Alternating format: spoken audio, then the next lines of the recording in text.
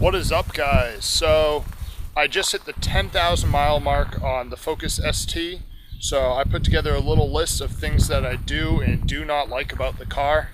Keep in mind I am coming from a 1993 Volvo 940, so some of these things are going to be kind of obvious because it's a newer car, but other things, that is a Volvo. It was a luxury car in 1993, where it's not really a luxury car. It's a sports-based economy car. It's an economy car with a sports twist on it or something like that. So there is some things such as the interior build quality that I am a bit nitpicky about, but if you're used to driving like a Toyota Camry, it's something that you might not even notice. So good, the radio. The radio in this thing sounds really good. It has Spotify built into it, which is cool, though sometimes it doesn't like to connect, or it will connect to Spotify and it won't give any song information. But this has the Sync 3, the new version of Sync. Supposedly it's going to get Apple Car and Android Auto in the future, but as of right now it's just Sync 3. It works decent, but kind of with the radio, the navigation's garbage. You can't type on the screen if you're moving. You have a passenger, it has a passenger airbag light. Passenger cannot type on the screen while the car's moving in fear that it is you typing. Okay, well, my SC2 has the voice option on it. The voice is horrible. If you have an Android phone, you have an iPhone, you know, navigate to Dunkin' Donuts, Manchester, New Hampshire, and it does it. This, navigate to point of interest, by name, Dunkin' Donuts. And if it's not in the same state as you, it will not let you search by name. You need to do by address. This radio is connected to your phone and does do updates using your phone. So those are things that might change a little bit over time. But as of right now, it's infuriating. It is absolutely the worst navigation that I've ever used. The TomTom that I had back in like 2004 was better than this. Visibility outside the car. Huge front windshield. The B-pillars, they're bigger than the Volvos were because safety reasons. But the rear hatch, easy to see out of. Girlfriend has a Hyundai Veloster, not an easy car to see out of at all. This car, so much easier to see out of. I don't even notice it being a problem. Cargo space.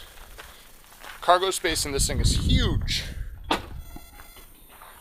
Got a decent amount of trunk room, seats fold down, but with the cargo space is one of the negatives. The seats fold down.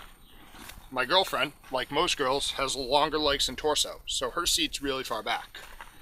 I cannot fold these seats down flat in her seating position. I have to move her seat all the way forward, fold the seats down, and then she can move it back. Also, to fold them down flat, the headrests need to come out. The headrest will not come out when the seat's upright. It's too tall. So you have to fold the seat 45, pull the headrest out, which takes two hands because there's a button on either post, and then you can take the headrest off. Little annoying things like that. But cargo space is great. Materials. It's not a luxury car. The back, this is plastic. The front, it's like plastic but coated with a little bit of vinyl. The materials aren't the nicest on the plastics. The plastics feel very plasticky. But it's not a luxury car. It's an economy car built fast. Climate control. This is something that, I mean, it's pretty standard in most modern cars. The Volvo AC was broken, but it had normal dial.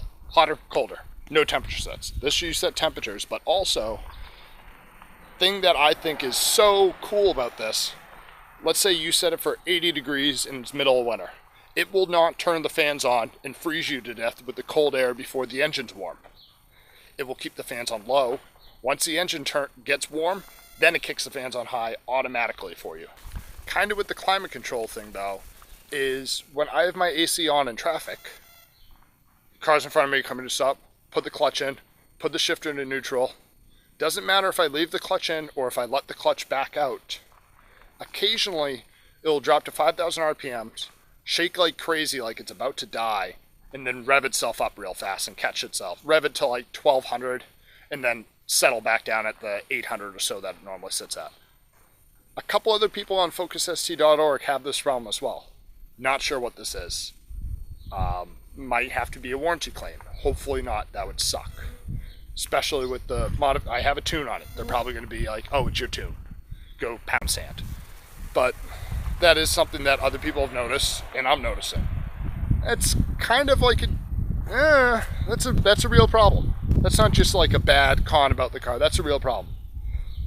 Another kind of real problem is it is an economy car, the fit and finish of things. In my case, you can see the A-pillar matches up with the hood very well, and the fender decently. It could be a little bit higher, but it's pretty good finish there. Passenger side, on the other hand, that's huge. Like, there's over 1/4 of an inch gap right there. I don't know if this gets bolted in the bottom here, and I could just like loosen the bolt, shim it out, and tighten the bolt, and it'd be fine.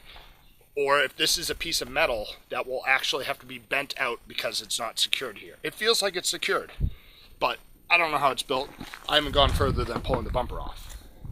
Another fit and finish thing that I've noticed with my car, you might not be able to see in the GoPro, but with the cutaway of my DSLR, the plastic bumper and the metal fender, different colors. Plastic bumper is a lot more dull, and it looks a little bit darker in some lights, but other lights it will look a lot lighter and with a lot less depth. Painting plastic and painting metal, they take different processes. It's same paint on plastic will not be the same color as the paint on metal. But higher end cars will use a plastic paint and a metal paint and paint the pieces separately. Not the case here. They spray the whole car as one. So hopefully this video wasn't too long for you. These are just the things that I've noticed after about 10,000 miles driving the thing. If I come up with any more, I might do another one for like 20 or 25,000 miles, but overall, I'm loving this car. This is a fantastic car to drive. It's a lot of fun, and it definitely looks. So stay tuned for more videos on this, more videos on the Volvo 940 that I will be building for drifting, and peace out.